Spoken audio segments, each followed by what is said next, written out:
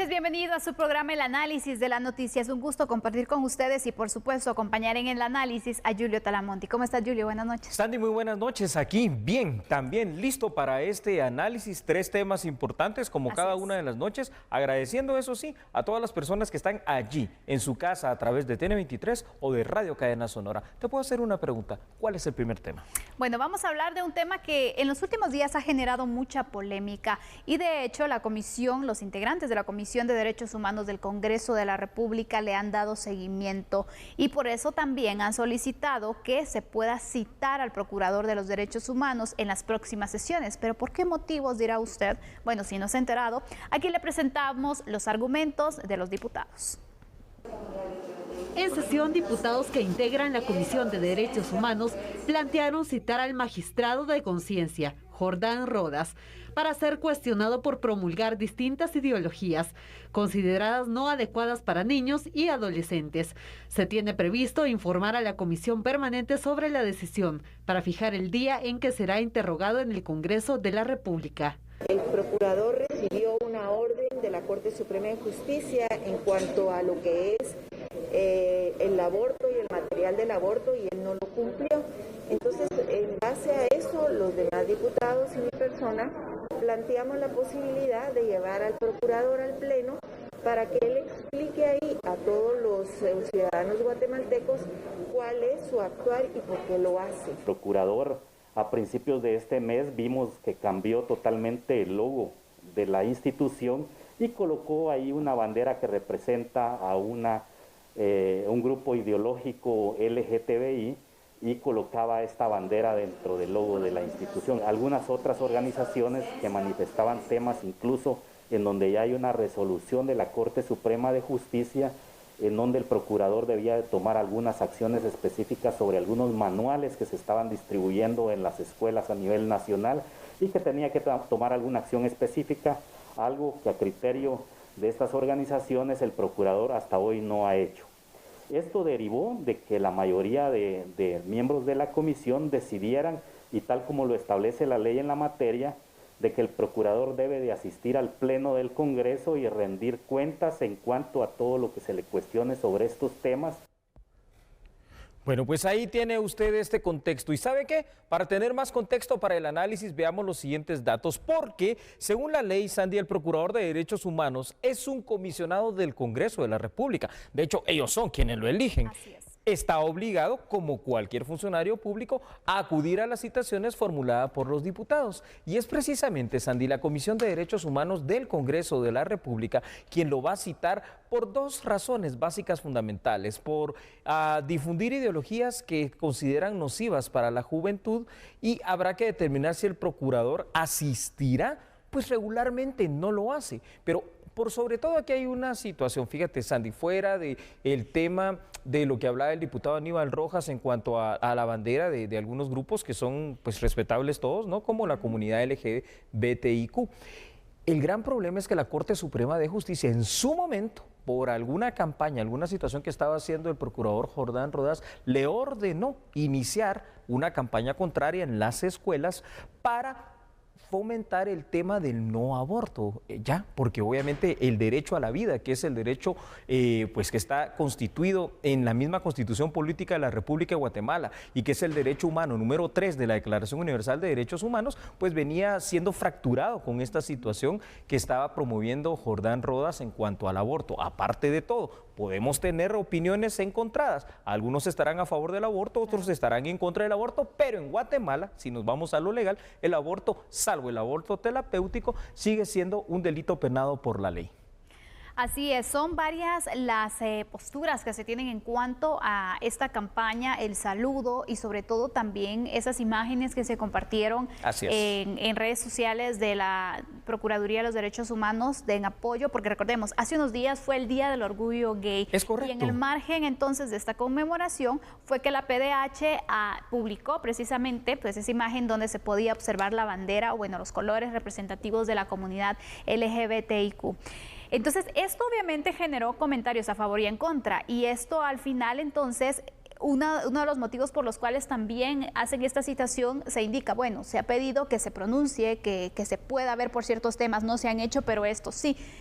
Hay un poco entonces de malestar, te diría, Julio, en cuanto a algunos diputados del Congreso de la República, y por eso es que provocan o solicitan esta citación. Sí, es evidente que existe este malestar, Sandy, y es evidente que no solo de los diputados, porque recordemos ayer una situación, hay un memorial que ya está en el Congreso de la República donde hay 63 organizaciones de sociedad civil que están pidiendo directamente la remoción del procurador. Es más, lo que hicieron llegar al Congreso fue una copia, porque este memorial iba dirigido directamente de estas organizaciones hacia Jordán Rodas. Aquí lo interesante es que Jordán Rodas pues tendrá que llegar al Congreso de la República. Ahora, ¿qué pasa si reiteradamente, como lo ha venido haciendo, no lo hace? Bueno, entonces me imagino yo el Congreso tendrá que tomar alguna otra determinación, porque aquí estamos hablando de la función propia en sí, de poder fiscalizar a una institución y de poder rendirle cuentas a alguien que, entre otras cosas, como lo digo, porque así está instituido en la ley de la Comisión de Derechos Humanos del Congreso de la República y ley del Procurador de los Derechos Humanos, que es una ley dual que está unida, donde dice que el procurador es simple y sencillamente un comisionado más del Congreso. Entonces imagínate tú que no asista, que no vaya, que no rinda cuentas de esto. Yo creo que es absolutamente necesario ya de una vez por todas que Jordán Rodas vaya al Congreso y dilucide tantas dudas que hay en torno a él. Así es, Julio. Y mira, hemos mostrado entonces diversos puntos de vista. Ya hemos hablado un poco del rechazo, pero también está la otra parte y muchos indican, bueno, el fin de la PDH es velar por el cumplimiento de los derechos humanos y obviamente esa comunidad también tiene derechos. ¿Qué opinas sobre esto entonces, sobre las posturas que están a favor de ese llamado que se hizo desde la PDH a favor de la comunidad LGBTIQ? Y fíjate, Sandy, que yo creo que así debe de ser. Por supuesto que tiene que estar a favor de los derechos de todos los guatemaltecos. El gran problema aquí, Sandy, es que lo hace de una manera institucional, que eso es lo que le han estado cuestionando, ¿verdad? Poniendo, pues obviamente, como mejor apoyo, es lo que se le ocurrió a Jordán Rodas, la bandera respetable ante todo, porque tú lo dices, hace pocas semanas se celebró precisamente ese día del orgullo gay de toda la comunidad LGTBIQ en el mundo, no solo en Guatemala, pero lo pone institucionalmente en la bandera de la PDH y es allí donde entonces todavía tenemos que ver que pareciera ser que no va la situación, el asociar a la institución directamente con la bandera. Entonces, esto es lo que se le está cuestionando, pero yo más que eso, fíjate, sí le cuestiono bastante el hecho de promover el aborto. Si la vida es un derecho, es como cualquiera de los 30 derechos humanos, igual de importante, entonces, ¿por qué estás promoviendo lo que es contrario, que es darle muerte al producto de la concepción? Efectivamente, pero hay más datos también, Julio, que quiero que por favor nos puedas ampliar para seguir conociendo un poco acerca de esta polémica que se ha generado. Claro que sí, Sandy, y veámoslos por favor en pantalla, porque aquí están. A ver, en reiteradas ocasiones es evidente para todos los guatemaltecos que el Congreso de la República ha tratado de pedirle cuentas al Procurador de los Derechos Humanos. La defensa de los derechos humanos no pasa por la promoción específica de ciertos grupos, menos pasa por la promoción específica de actos que son considerados delito como el aborto. En varias ocasiones el Pleno del Congreso entonces lo ha citado, no ha acudido y en esta ocasión habrá que ver la 9ª legislatura qué es lo que hace. Como funcionario público, sea quien fuere, el Procurador de los Derechos Humanos, ayer acudió el mismo vicepresidente de la República a una citación del Congreso, o sea, solo para poner un ejemplo. Como funcionario público está sujeto a la ley, no es superior a ella y obviamente está sujeto también a la ley de la Comisión de Derechos Humanos del Congreso, por lo cual esperaríamos todos que acudiese el Procurador de Derechos Humanos, Jordán Rodas, porque sí hay una parte, evidentemente, no solo del Congreso de la República, hay una parte, evidentemente, de organizaciones de la sociedad civil que le están exigiendo cuentas. Hace acciones polémicas, ¿te recuerdas lo de la Sagrada Vulva el año pasado también? Entonces, este tipo de situaciones que parecen poco serias para un Procurador de los Derechos Humanos es lo que lo ponen en la palestra, pues, con este tipo de cuestiones donde, valga la redundancia, se le cuestiona ese comportamiento poco serio a nivel institucional, porque lo que representa son los derechos humanos de todos los guatemaltecos, de todos. Y con un poco lo que tú mencionabas, Julio, sí, entonces la función obviamente abarca a esta comunidad LGBTI. Claro. La defensa de los derechos humanos, no es eso lo que se está cuestionando, sino la forma en la que se promueve los mismos. Así es, sí, abarca los derechos de la comunidad LGTBIQ, etcétera, abarca los Todas derechos las de personas. cualquier persona en Guatemala. Por derecho de igualdad. Por derecho de igualdad, porque si no, entonces la discriminación es a cualquier otro tipo de persona, ¿verdad? Y esto es lo que el procurador tiene que tener claro, que políticamente sus acciones deben de ser correctas, pero debe parecerlo inicialmente, ¿no? Porque si no, pareciera ser una cuestión de que voy a promover ideologías, de que voy a promover algunas situaciones desde la institución que dirijo. Aparte, recuerda que ya per se la figura de Jordán Rodas ha sido polémica por muchas situaciones dentro de lo que es el actuar político de nuestro país. Pero ahí está, una situación más para el Procurador de los Derechos Humanos. Esperemos que lo tome con la seriedad del caso. A ver qué pasa entonces. Ya para ir finalizando, Julio, de manera breve, quisiera que me respondieras. ¿Qué pasaría si el Procurador de los Derechos Humanos, por ejemplo, no acudiera a una situación? ¿Cuál podría ser el escenario si se diera esta premisa? Mira, Sandy, hasta el momento no ha acudido a no sé cuántas citaciones y la ley es clara, pues lo que podrían hacer es mandarlo a traer por la fuerza pública, lo cual sería bastante bochornoso también. Recordemos que al final de cuentas tiene una alta investidura y pues al final de cuentas también tiene que rendirle cuentas más que a los diputados, a quienes ellos representan, y como cualquier funcionario, si te digo, el mismo vicepresidente de la República llega a una citación del Congreso, ¿por qué no va a llegar el Procurador de los Derechos Humanos? Nadie es superior a la ley, todos igual de importantes, y no debe de darse esos aires, esas ínfulas de que es un funcionario intocable, porque no lo es. Bueno, concluimos entonces, esto es lo que ha sucedido. Estaremos pendientes de cuál es el resultado entonces de esta citación, llegará o no el procurador. ¿Usted qué piensa? Vamos a la pausa y al regresar hablaremos acerca de comunidades, Julio, que son muy vulnerables por el COVID-19. Claro que sí, siempre el área rural presenta mayor debilidad estructural en muchas cosas, y no digamos frente al COVID-19, porque sabes una cosa, tanto que hemos hablado del COVID-19, pero ha estado centrado en el área urbana todavía. Así es, vamos a la pausa entonces, regresamos con el análisis. Por favor, acompáñenos. No cambie. Recuerde que nosotros somos a la medida.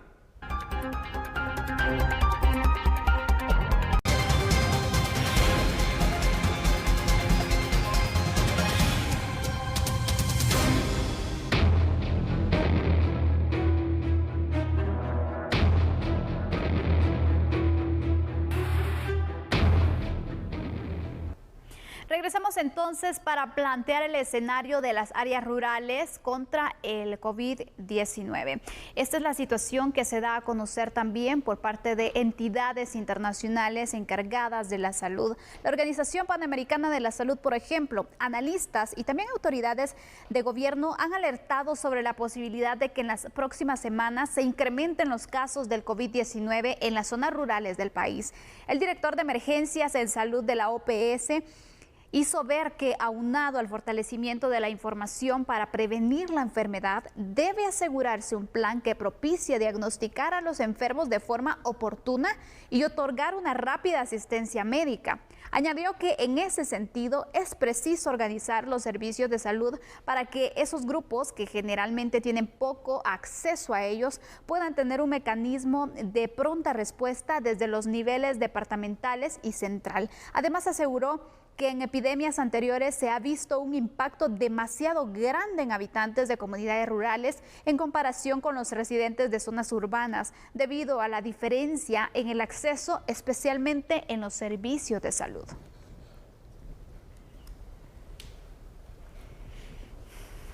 Y la diferencia realmente es en el acceso a todos los servicios. Así que, por favor, veamos estos datos, porque es importante recalcar algunas cosas, Sandy, de lo que has dicho. Históricamente, y esto no es para nada desconocido para ninguno de nosotros, el área rural siempre ha sido mucho más vulnerable ante cualquier desastre. Sí. En el caso del COVID-19 no lo va a ser menos el interior del país, ya que simple y sencillamente, por pura lógica, uno deduce, tiene mucha menos capacidad de respuesta en su sistema de salud. Los dos grandes hospitales nacionales están centralizados acá en la ciudad capital, ¿verdad? Y los hospitales regionales pues solo están en ciertos lugares específicos. A su vez, en general, el área rural de nuestro país presenta mayores problemas como desnutrición, desnutrición crónica y, por supuesto, la pobreza extrema. Sí, Julio, la verdad es de que se ha hablado mucho de que las proyecciones, por ejemplo, que se tienen en cuanto al crecimiento de casos podrían darse en las próximas semanas, hasta agosto, por ejemplo, se hablaba incluso, pero no nos podemos a pensar entonces en esas comunidades, por ejemplo, que están a varios kilómetros de donde se encuentra un centro de salud. Sí. Donde se encuentran también con niveles de pobreza realmente preocupantes, Julio, donde carecen de servicios básicos. Por ejemplo, nosotros aquí recalcamos mucho lavado constante de manos. ¿Y qué pasa si no tienes agua? Es correcto. Si no tienes el servicio tan básico, tan fundamental de agua, si no tienes ni siquiera otros servicios, bueno, es más, a veces no tienes ni siquiera para poder llevar algo que comer ese día a tu familia, porque por eso es que miramos estos problemas estructurales en el área rural. Cuando hablamos, planteando ese, perdón que te interrumpa, planteando ese escenario entonces, no llevar el dinero para poder llevar alimentos a las casas, menos para que puedan comprar alcohol en gel, por ejemplo. Imagínate, es correcto. O sea, si no tengo dinero ni siquiera para la comida de hoy, menos voy a tener para tener mascarillas para mí, para el resto de la familia.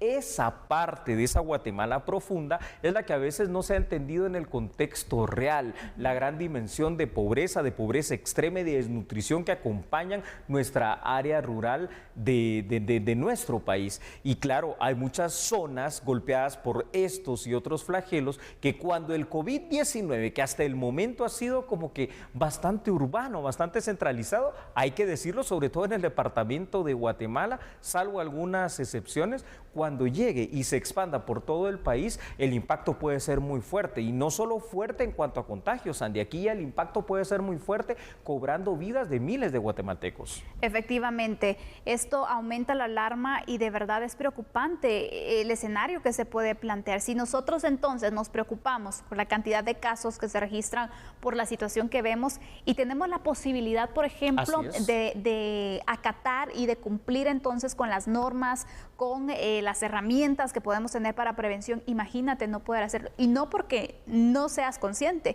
es que no tienes cómo, no puedes acceder entonces a estas medidas de prevención, y eso es aún más preocupante. Aparte de ello, hay ciertas comunidades, Julio, que hablamos entonces de estas áreas rurales, que su principal ingreso son las cosechas, son actividades de campo, y en este momento estas también han disminuido. Así es correcto, es lamentable realmente. Uno a veces no se imagina cómo departamentos tan grandes. A ver, el Quiché, por ejemplo, tiene 21 municipios, pero en esos 21 municipios, cuando ya hablamos, por ejemplo, de lugares tan remotos como Playa Grande, Ixcán, Quiché, la realidad es otra. Cuando nos vamos, por ejemplo, a Ixiguán, San Marcos, es otra la realidad, o a Santa Eulalia, en Huehuetenango, a lugares donde realmente hay que recorrer horas de horas para llegar allí. Y esta gente, cuando busca cualquier tipo de servicio, digamos, el servicio de justicia, el servicio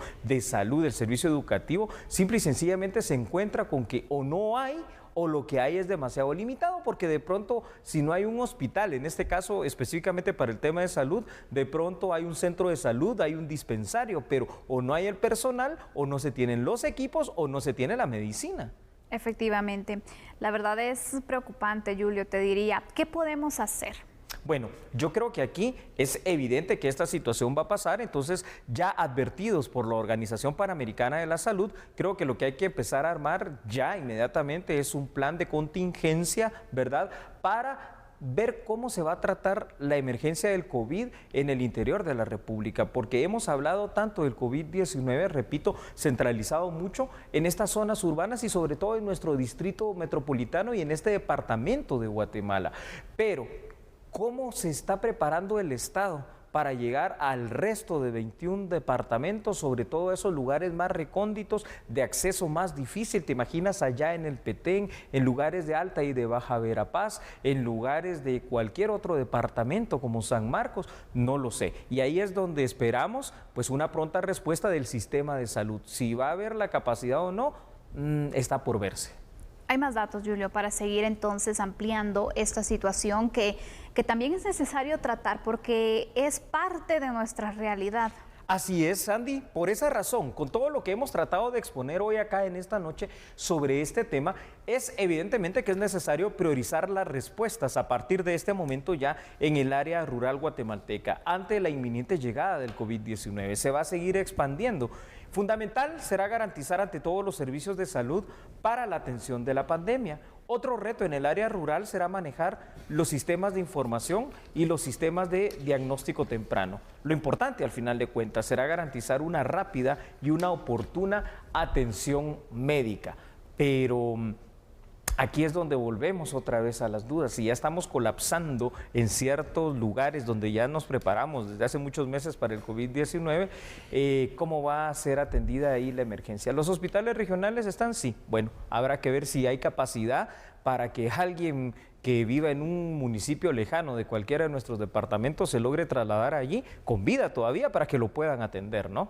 Mira, yo no sé qué piensas tú, Julio, pero creo que es también momento de que las autoridades locales puedan aumentar también sus esfuerzos. Claro. Porque entonces, en el momento cuando necesitan el apoyo para llegar a estos puestos, indican que conocen las necesidades, que van a entonces a luchar por apoyar de vuelta entonces a estas personas de su comunidad. Sí. Es momento de demostrarlo, porque ellos son los que deben también ayudar al gobierno central, pedir apoyo, poder gestionar y de esta manera entonces también prestar mucha atención a estas personas que necesitan esa ayuda. Bueno, pues me parece una idea excelente para la reflexión final, es decir, no solo el gobierno central, sino que también los 340 gobiernos locales en cada uno de los municipios tienen que empezar ya a coordinar, a hacer algo para la atención de la llegada de la pandemia del COVID-19. Bueno, ahora conozcamos otra noticia. En las últimas semanas se ha mencionado que la población se ha relajado con ciertas medidas de prevención para combatir al COVID-19. Por ello es que el Ejecutivo ha iniciado una campaña para generar de esta forma conciencia en la población de lo importante que es protegerse. Yo juro cuidar la vida es el nombre de la nueva campaña que lanzó el gobierno de Guatemala para concienciar a la población sobre la importancia de seguir las medidas básicas de prevención con las que los guatemaltecos podemos frenar los contagios por COVID-19. Porque nos dimos cuenta de que las personas no le ponen tanto interés o tanta importancia al uso de la mascarilla, al distanciamiento social, al lavado de manos, o sea, como decimos en el buen chapín, ya lo oyen como ir llover. Y sí es necesario concientizar a la población que en esta época sí tenemos que usar la mascarilla. Lo que nosotros queremos hacer con esta campaña que se lanzó el día de ayer, Yo juro cuidar por la vida, es cambiar el discurso de los actores. Porque por lo general, todas las personas, los habitantes de Guatemala, hemos repetido constantemente que los únicos responsables del cuidado de nuestra salud son el Ministerio de Salud, el presidente Yamatei y la Coprecovid. Y no es así. Esto lo único que lo va a hacer que se contenga, como decimos en esta fase de contención, somos cada uno individualmente. Usted, yo, el padre, la madre, en cada una de las casas. Francis Masek, secretaria de Comunicación de la Presidencia, indicó que esta campaña tiene como protagonistas a los profesionales de la salud que se encuentran al frente de la pandemia. ¿Cuáles los médicos les están hablando a la población? Que ellos hicieron un juramento hipocrático de cuidar la vida de sus pacientes, pero de nada nos sirve que ellos estén trabajando 24 por 24 si nosotros afuera solamente estamos pues llevando la vida muy light, ¿verdad? No miramos con seriedad el uso de la mascarilla, con seriedad el distanciamiento social. El distanciamiento social no solo es como usted, como yo, que estamos a 1,50 m de distancia, no. Es que si yo voy a ver a mis padres, a mis abuelos, solo mirarlos de lejos, que nos miren, pero no entrar a la casa y como somos de la misma familia, tener esa percepción de que no nos vamos a contagiar porque somos de la misma familia. Todos los últimos casos que se han dado en este último mes, la mayoría han sido contagios entre familias.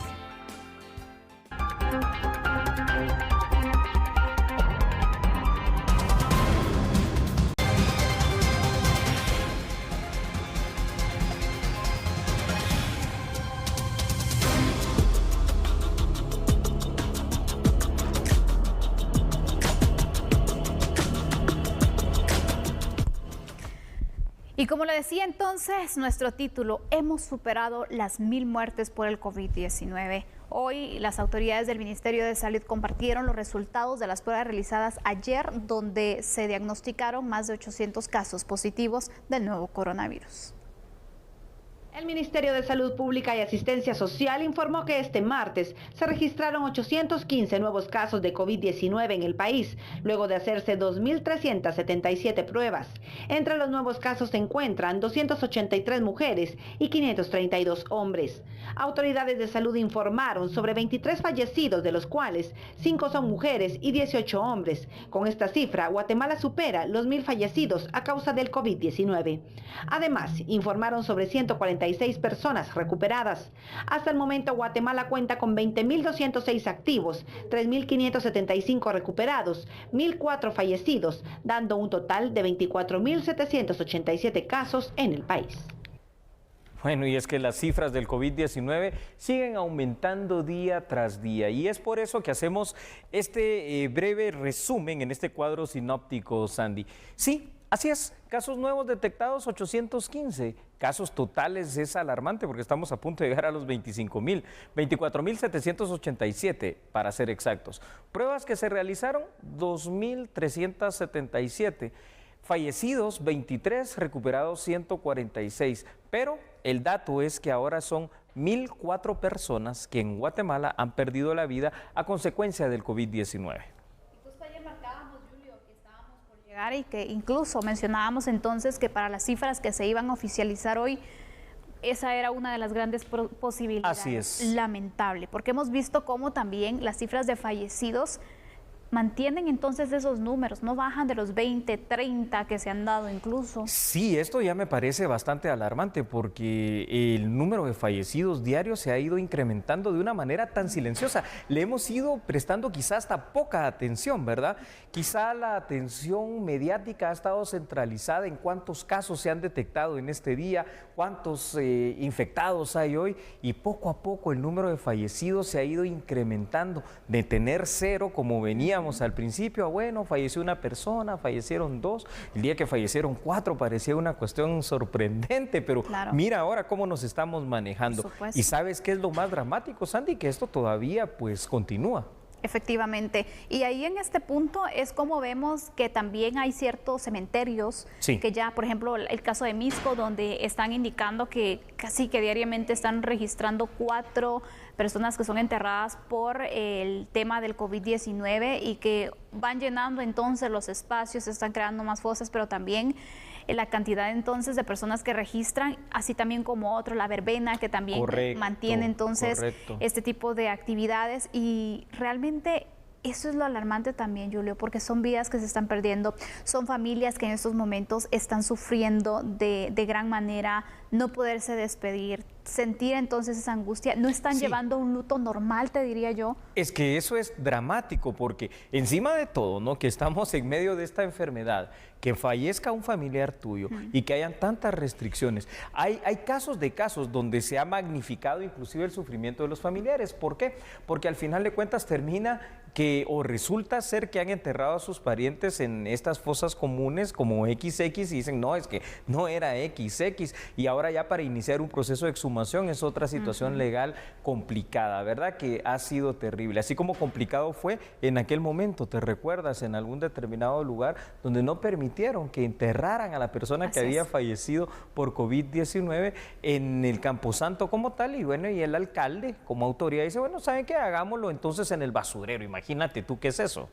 Es denigrante totalmente, Julio, porque sabemos que obviamente todos estamos expuestos, a cualquiera nos puede pasar, y lamentablemente hasta que no lo vemos de cerca, lo vivimos en carne propia, no nos solidarizamos. Es correcto. Vamos entonces y hagamos la radiografía de cómo está nuestro país en esta jornada. Así que iniciamos con la región número 1, por favor. Así es, Julio, la región número 1, 18.541 casos positivos del COVID-19. Chimaltenango registra 393, Zacatepeques 1.100 casos y Guatemala, que es el que ocupa el primer lugar, 17.048 casos positivos. El epicentro del COVID-19, evidentemente. Vamos Vamos entonces, por favor, a los datos de la región número 2, que reporta 1.847 casos totales distribuidos de la siguiente manera. Huehuetenango, como ustedes pueden observar, tiene 134, Totonicapán 86, Quetzaltenango con 858 y San Marcos con 769. En la región número 3, este es el escenario que se tiene entonces de los casos confirmados. 917 casos, Izabal 235, Zacapa 202, Chiquimula 84, Jalapa 67 y El Progreso 329. Así es, porque ahora le damos paso precisamente a la región número 4, que es la costa sur de nuestro país, que reporta 2.632 casos detectados de COVID-19. Retaluleu 129, Suchitepeques con 414, Escuintla es un departamento muy golpeado, 1.561, y aquí podemos encontrar también a Jutiapa con 216 y a Santa Rosa con 312 casos, Andy. Los departamentos que conforman la región número 5 han reportado en total 850 casos. Petén se ubica con 155, Alta Verapaz con 207, Baja Verapaz 180, Quiché 97 y Sololá 211 casos positivos del nuevo coronavirus. Así es, como sea, esta es la radiografía al día de hoy del COVID-19, sí. Y lo que podemos destacar hoy de una manera lamentable otra vez es que hemos superado las 1.000 muertes por COVID-19, al menos de manera oficial. Lamentable, la verdad, y enviamos entonces nuestra solidaridad también, nuestro más sentido pésame a todas esas familias, Julio, que han perdido entonces a un ser querido a causa de las complicaciones por el COVID-19. Mucha fortaleza también, porque son momentos difíciles. Es correcto. ¿Te parece si vamos a la pausa con esto? Ya volvemos entonces con más información. Por favor, siga en sintonía. No cambie. Recuerde, algo somos a la medida.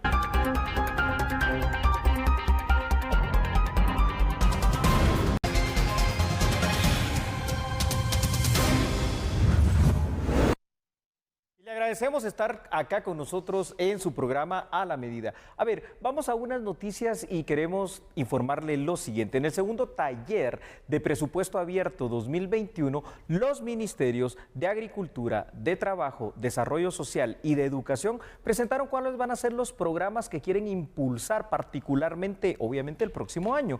Para ello también hicieron sus requerimientos económicos. ¿Quiere conocer más acerca de esta información? Véala en este momento.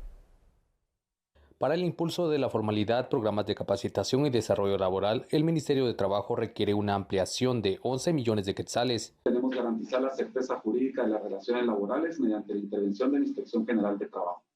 Finalmente, el monto estimado en este caso asciende a 11.434.000, el cual, como ustedes lo pueden ver, también se desprende en servicios de capacitación, servicios de colocación de intermediación laboral, servicios de investigación de mercado laboral y servicios de inspección laboral.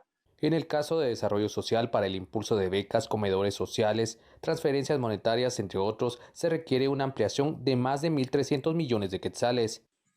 En cuanto al techo preliminar institucional, tenemos para el 2021 1.345 millones. Estimamos que para el 2022, 1.065 millones de quetzales.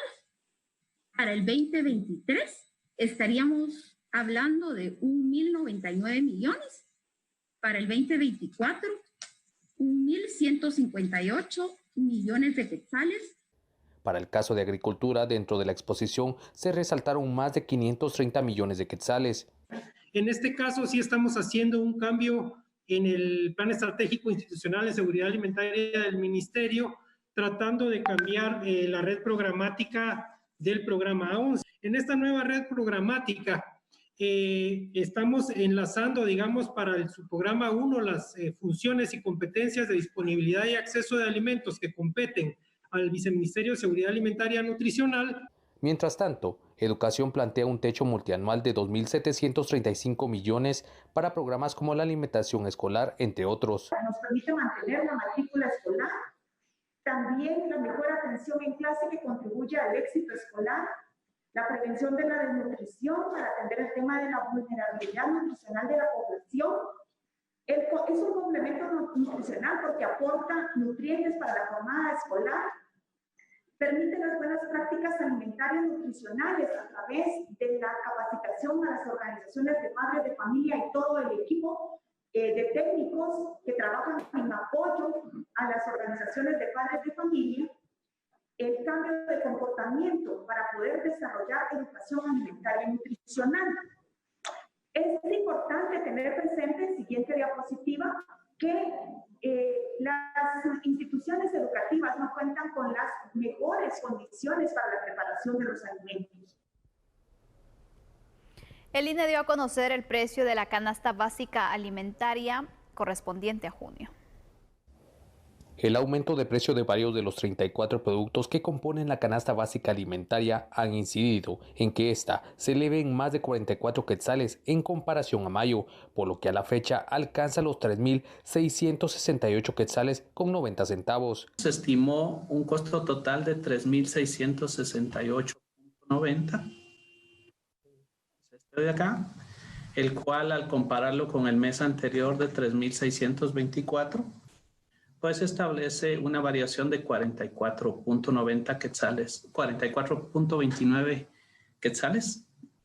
Y lo mismo se hace con el costo total de la canasta ampliada, la cual se ubicó en 8.471 y al compararla con mayo de 8.368.99, tiene un aumento mensual de 102 quetzales con 26 centavos. En sí, pues esos son los dos principales indicadores de la canasta básica alimentaria y la canasta ampliada. Y los principales 3 productos al alza y a la baja. En este caso, los principales productos que subieron fue el whisky, bananos y hierbas, que tuvieron variaciones de precios en el orden del 28.89%. El Ministerio de Desarrollo Social suma ya 8 personas infectadas por COVID-19, por lo que las autoridades de esa cartera están instando para que las reuniones puedan realizarse no solo en el ministerio, sino que en cualquier lugar y en cualquier parte de nuestro país de manera virtual. Esto con el único fin de evitar la propagación de la pandemia. En el Ministerio de Desarrollo Social teníamos ya 7 casos positivos de COVID-19. En las diferentes unidades administrativas y operativas del Ministerio. El día de hoy ha dado otro caso positivo y con esto sumamos 8 casos ya. Esto nos ha obligado a tomar algunos protocolos de sanidad que fortalecen las medidas preventivas, es decir, aunque ya se estaba utilizando mascarillas, se estaba ya también implementando la utilización de gel, se estaba manteniendo el distanciamiento social. Ahora lo que hemos hecho es también establecimiento de protocolos que se evita que hayan reuniones presenciales, es decir, la atención al público continúa, pero las reuniones privadas serán de manera virtual o telefónica para evitar un contacto con las personas que utilizan los servicios del Ministerio de Desarrollo. Es importante señalar que el Ministerio en ningún momento cerrará las puertas, ni cesarán las funciones ni los programas tanto de COVID-19 como los programas habituales de carácter social. Todo se mantiene en funcionamiento. Lo que hacemos es evitar que haya contacto cercano entre persona y persona. Esto implica la utilización de tecnología que afortunadamente ahora está al alcance prácticamente de la mayor parte de personas y que de alguna manera también garantiza no solo el cuidado de los colaboradores del Ministerio, sino también de la población en general. Así que pues estaremos informando periódicamente a través de nuestra Dirección de Comunicación Social, a través de un comunicado que se hará semanalmente, cada día lunes, informando el avance del contagio en colaboradores del Ministerio o de los casos que estén ya, que hayan salido adelante. En todo caso, es importante señalar que esto es un reflejo de lo que está pasando a nivel nacional y que mientras mantengamos el distanciamiento social, mientras mantengamos los cuidados básicos como utilización de mascarilla, utilización de gel, lavado de manos, el distanciamiento y mientras también tengamos cuidado con evitar el contacto físico, yo creo que eso nos va a ayudar en mucho a mantener el control de esta epidemia. Finalizamos entonces este programa y agradecemos a usted por su fiel sintonía. Feliz noche. Gracias, feliz noche. Chao.